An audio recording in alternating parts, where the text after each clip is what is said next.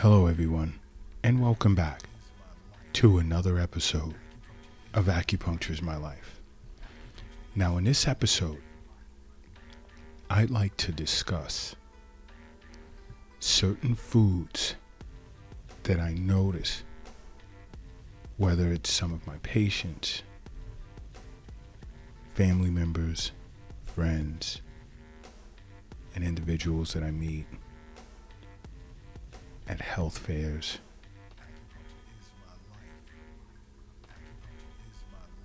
Foods that they're eating and they have irritable bowel syndrome.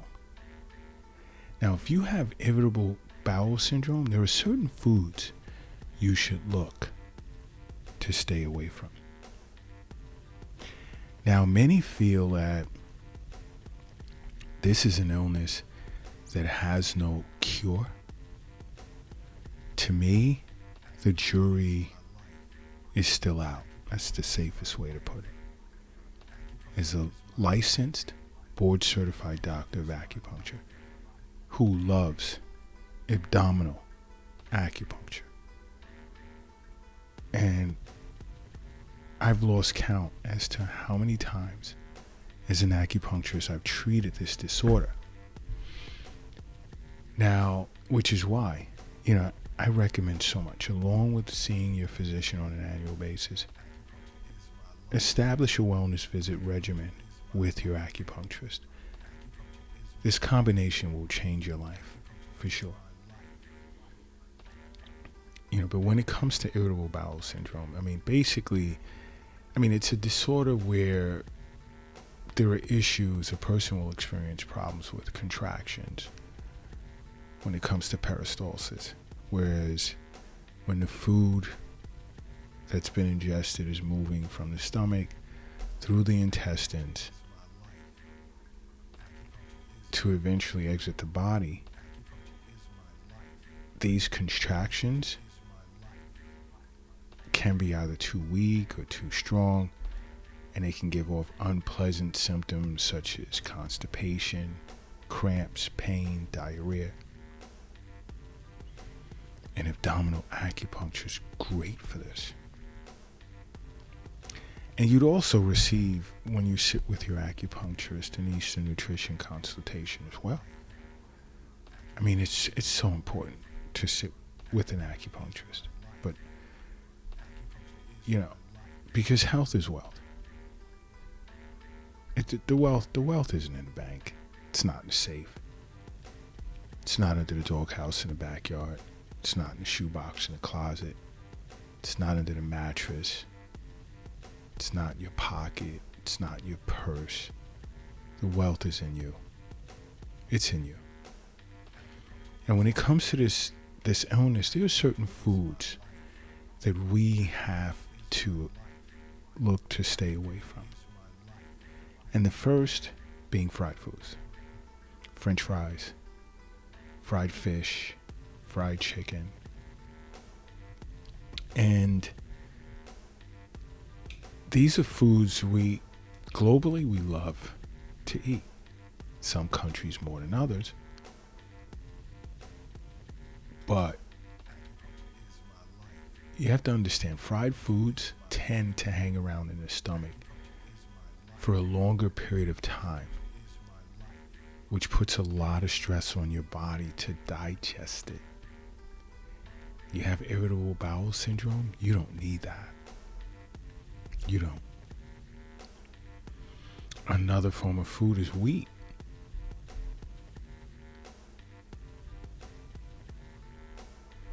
Now, wheat fiber tends to irritate your intestinal lining.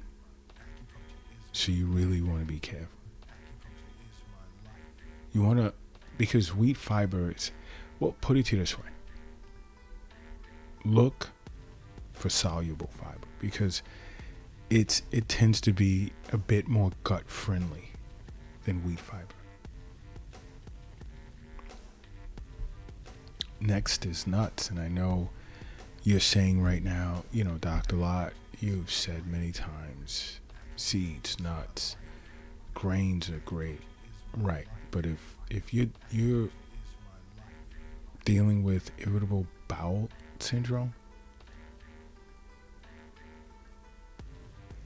nuts tend to trigger episodes of it. And you don't want that. You don't want to eat, you don't want to ingest triggers of this disorder. You really don't. And I know there are foods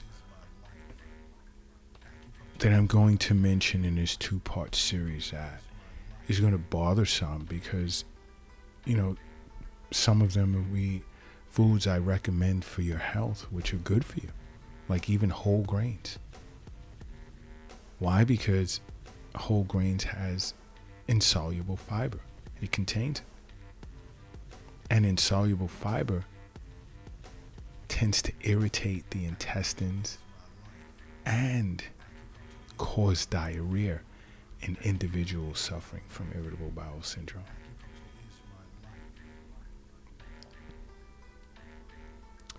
So as I said, some of these foods is really going to hurt. It's really going to hurt. But there are those like fried foods, no. And next, processed meats, no. That you should wipe those off your list. Because why? Processed meats have too much fat as well as salt, and it's very difficult to digest. And high-fat foods tend to heighten your symptoms, make them much worse. It's the equivalent of adding fuel to the fire. Okay? And another is something I'd spoken of in, I think it was, I'm almost sure it was, on foods to avoid on our TikTok social media platform. And I mean, tens of thousands of individuals got pissed off with me. And no matter what I told them with regard to why they should avoid salad dressings, they would not buy it. Would not buy it.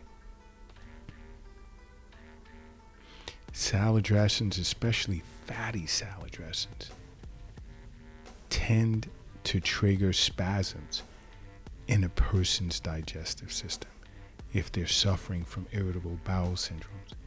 Now, you want to make your own salad dressing. A little bit of olive oil, but more so use fine herbs or even lemon juice.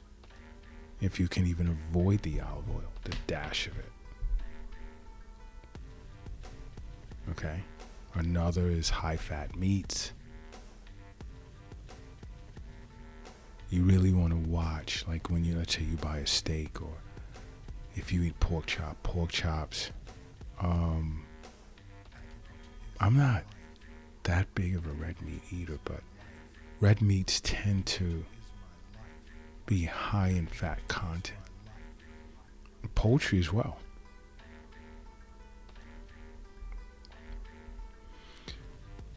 And the way these fats stimulate the intestines, it's not good if you suffer from this disorder. So you really want to focus on lean meats. And if you're going to eat chicken, the white meat, and avoid the skin at all costs.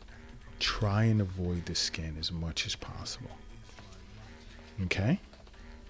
You know what? If you're operating a vehicle right now, do me a favor. Pull it over to the side of the road. And if you're crossing the street, hurry up and safely get across the street. And if you're carrying or lifting something heavy, take a moment, rest it down, because I need your complete attention right now. I need you in a relaxed state. And I'm going to ask that you close your eyes and say to yourself, acupuncture is my life. And now open them. Boom. You are now brand new. And brand new you are. Now, if you suffer from irritable bowel syndrome, another food you want to look to avoid is fatty fish. I know, many eyebrows are going up. Many people are smacking the table, kicking chairs right now. I love my salmon. I love my fish that's rich in omega-3s. Guess what? If you suffer from this disorder, that being irritable bowel, fatty fish can set off what is called gastrocolic reflux. Ooh, painful.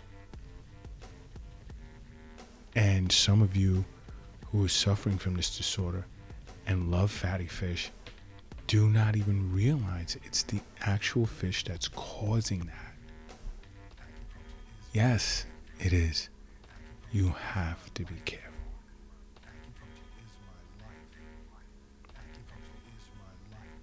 Another is legumes.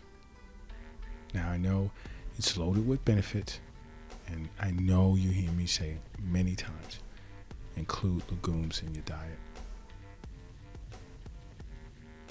Now, even healthy people can experience some form of discomfort as a result of eating too much.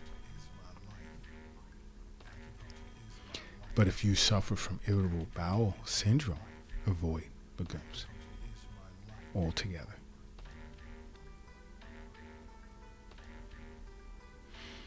Another is cabbage. Yep. Get it out. Go ahead. Yell. Scream.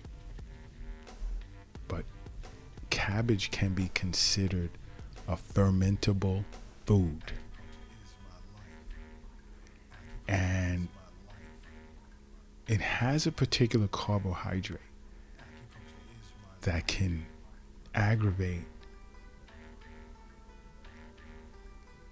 symptoms that are similar or equivalent or associated with irritable bowel.